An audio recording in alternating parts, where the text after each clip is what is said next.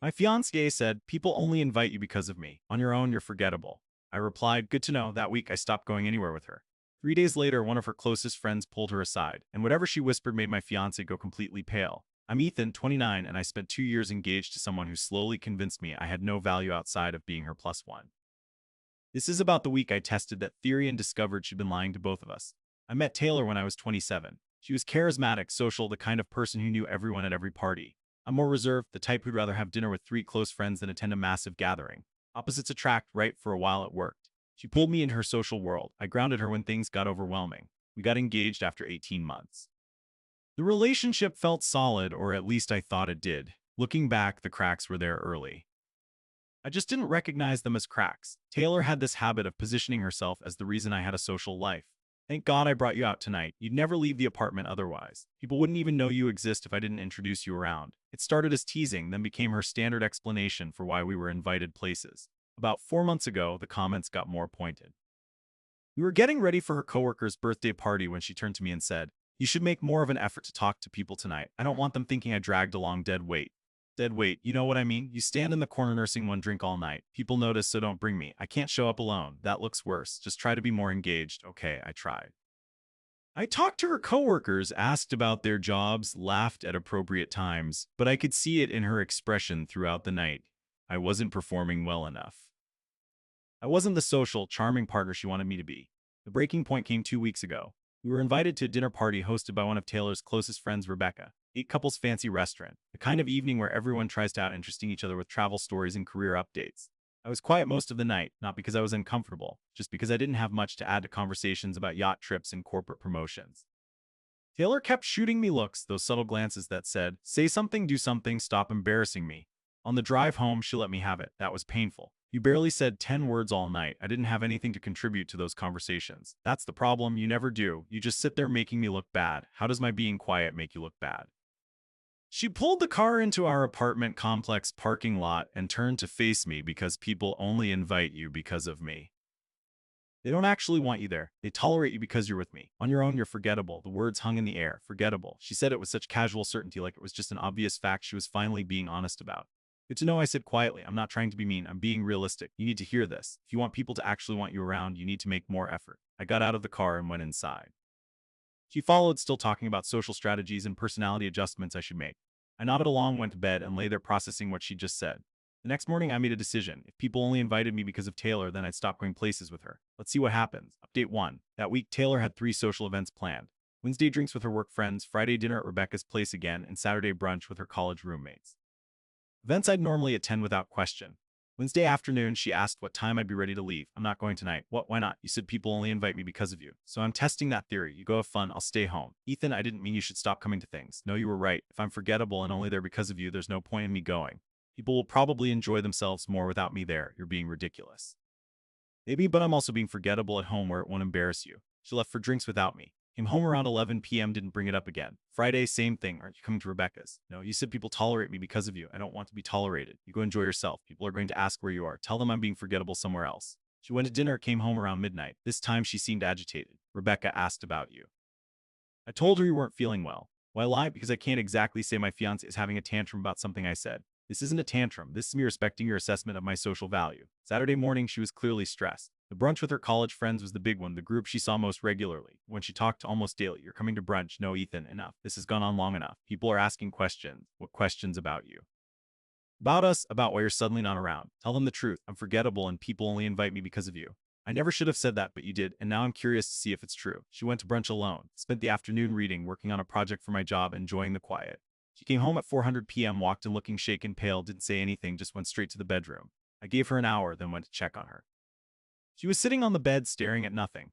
What happened? Nothing. Taylor, you look like someone died. What happened at brunch? She looked up at me and I saw something I'd never seen in her eyes before. Genuine uncertainty. Jen pulled me aside after brunch, asked why you weren't coming to things anymore. I told her you were busy with work. She said that was okay. Then she said, Taylor stopped, swallowed hard. She said everyone's been asking about you, not about why you're not there, about you specifically. They miss you. I sat down. What? Jen said people like you, that you're one of the few people at these gatherings who actually listens when they talk, who remembers details about their lives, who doesn't try to one-up everyone's stories. And then she asked if I'd been making you feel unwelcome, if I'd said something that made you stop coming. The room was very quiet. What did you tell her? I lied. Said you were just stressed about work, but she didn't believe me. She said if I was making you feel like you didn't belong, I was making a huge mistake. Why would that be a mistake? Taylor's voice cracked slightly. Because apparently people have been complaining to each other about how I dominate conversations, how I make everything about me, how they're glad when you're around because you balance me out. I processed this. People have been saying this. According to Jen, yes, for months. They just never said it to me directly. But when you said people only invite me because of you, I was wrong. I was completely wrong. They invite me because I'm your girlfriend. You're the one they actually want there. Update 2. The next few days were tense. Taylor tried to act like everything was normal, but I could see her processing the revelation. The foundation of her self-image had cracked. Wednesday, she asked if I wanted to come to drinks with her work friends. I declined. She went alone. Came home 2 hours later looking deflated. They asked about you again. Kelly said she misses talking to you about books. Apparently, you two had been having this ongoing conversation about sci-fi novels, and she's been wanting to recommend something to you. I don't remember having an ongoing conversation with Kelly. That's because you don't realize when you're connecting with people. You think you're just being polite, but you're actually making them feel heard. I never noticed because I was too busy performing. Friday, Rebecca texted me directly. Hey, Taylor said, you've been swamped with work, but we're having a small dinner next week and would love if you could make it. No pressure, but you're missed. I showed Taylor the text. She looked at it for a long time. You should go without you. They invited you specifically, not us you. What does that mean for us? She sat down, shoulders slumped. I think it means I've spent 2 years telling you that you're only interesting because of me when the truth is I'm only tolerable because of you. That's not it is. Jin sent me a longer message today. I want to read it. She handed me her phone. The message was brutal. Jin laid out months of observation, how Taylor talked over people, how she steered every conversation back to herself, how she dismissed other people's stories as less interesting than hers. And then the kicker, the only time you're actually bearable is when Ethan's there. He softens you, makes you listen. When he's not around, you're exhausting. I handed the phone back. That's harsh. That's honest, and I've been doing the same thing to you, telling you you're forgettable. When really I was terrified that people might like you more than me. Taylor, I need to figure some things out. About myself, about how I treat people, about how I've been treating you. Final update, we didn't break up immediately. Taylor started therapy, working through her need to be the center of attention. Her insecurity masked as confidence. I started going to social events again, but setting clearer boundaries about how she spoke to me in public and private. But 3 months later, we both realized the damage was too deep. She'd spent 2 years convincing me I had no social value, and I'd internalized that, even with her apologies and changed behavior. I couldn't unhear you're forgettable, and she couldn't handle that. The social circle she thought she'd built actually preferred my company to hers. We called off the engagement in March. Split amicably or as amicably as possible when the foundation of your relationship turns out to be built on one person's insecurity and the other person's gradually eroding self-esteem. The ironic thing, after we split, I kept getting invited to things. Rebecca's dinners, Kelly's book club, game nights with Taylor's former coworkers. They weren't inviting me because of Taylor. They were inviting me despite her. And Taylor, she moved to a different city 6 months after we split. Fresh start, new social circle, hopefully better self-awareness.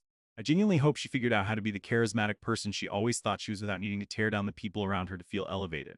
As for me, I learned that forgettable was never the right word. I'm not loud or flashy or the life of the party, but I'm someone people want around because I make them feel heard. That's not forgettable. That's just a different kind of memorable.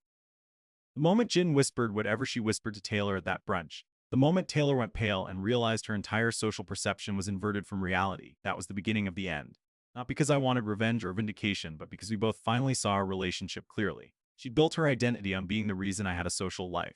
When that turned out to be false, she had to confront who she actually was. And I had to confront that I'd spent 2 years accepting someone's diminishment of me as truth. We were both wrong about a lot of things, but she was most wrong about me being forgettable. The 3 days it took for her friends to notice my absence and start asking questions proved that. Sometimes the cruelest thing someone can do is convince you that you don't matter. And sometimes the kindest thing you can do for yourself is test whether that's actually true. Edit, people keep asking what Jin specifically whispered to Taylor.